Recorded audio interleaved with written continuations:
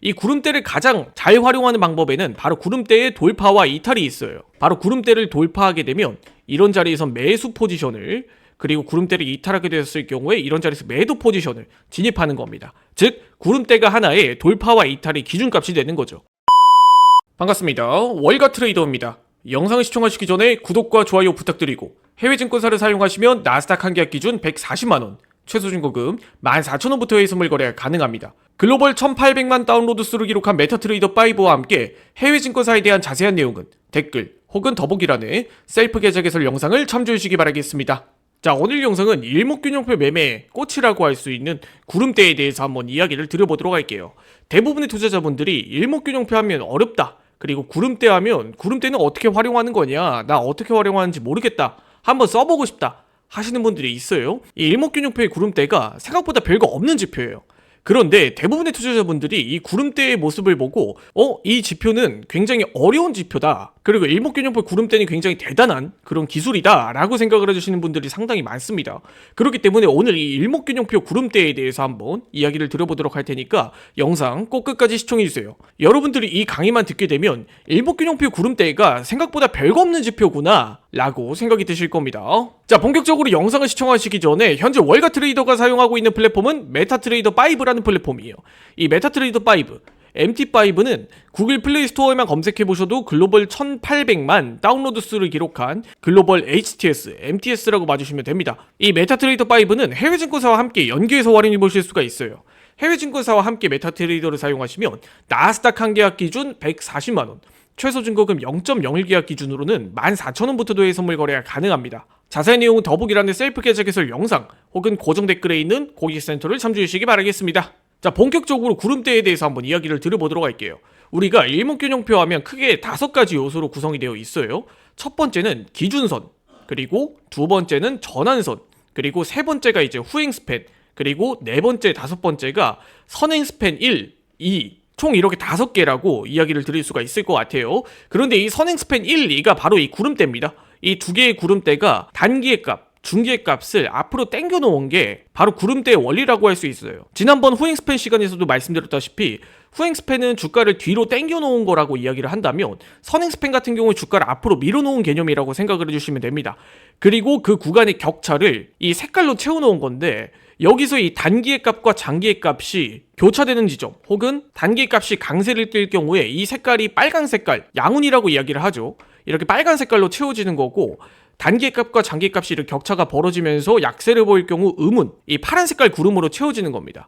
뭐 이 양운과 음운에 대해서는 사실 큰 의미는 없어요. 이 구름대를 활용할 때는 양운과 음운에 대해서 색깔을 구분한다라기보다 이 원리를 가지고 주가가 선행하는 주가를 이탈했냐 돌파했냐, 혹은 저항을 받냐 지지를 받냐, 이 여부를 판단을 하는 거예요. 우선 이 구름대를 활용하는 방식은, 널리 알려진 방식은 이런 부분이에요. 이 양운을 지지하고 움직인다라고 하면 향후 주가가 더 올라갈 가능성이 높다, 이렇게 판단을 하는 것이고, 여기서 음운을 이탈을 하고 음운에서 저항을 받는다 라고 한다면 주가가 더 약세로 흘러갈 가능성이 높다라는 겁니다. 그렇기 때문에 양운과 음운이 일반적인 추세 역할을 하곤 해요.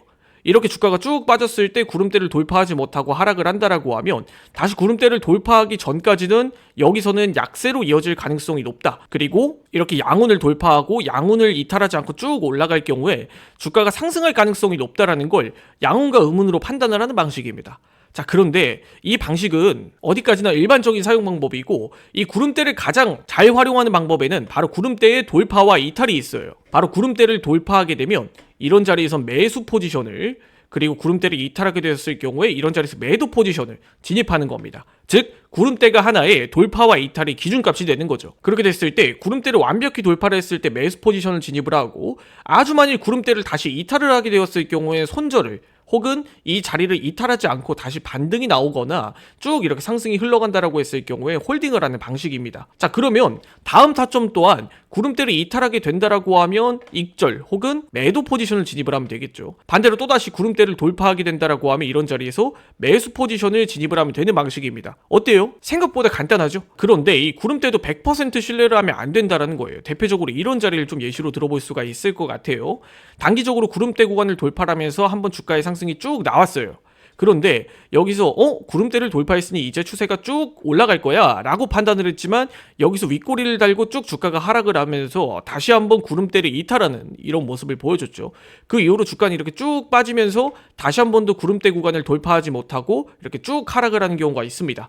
그렇기 때문에 구름대는 확실하게 구름대를 돌파하는 자리에서 진입을 한 다음에 아주 만일 구름대를 이탈을 하게 되면 손절을 선택을 하거나 혹은 포지션을 다시 스위칭하는 것도 전략이에요. 그렇기 때문에 제가 설명드리고 싶은 방식은 단기적으로 1분봉만 무턱대고 보는 게 아니라 기준선과 전환선을 같이 활용을 해도 되고 혹은 볼린저 밴드나 RSI와 같은 보조지표들을 같이 연계해서 보셔도 된다라는 거예요. 그게 아니라고 한다면 혹은 15분봉, 30분봉과 같은 분봉상에 확실한 돌파와 이탈이 나왔을 때 그런 자리에서 여러분들이 구름대를 활용해 보시는 것 또한 방법입니다.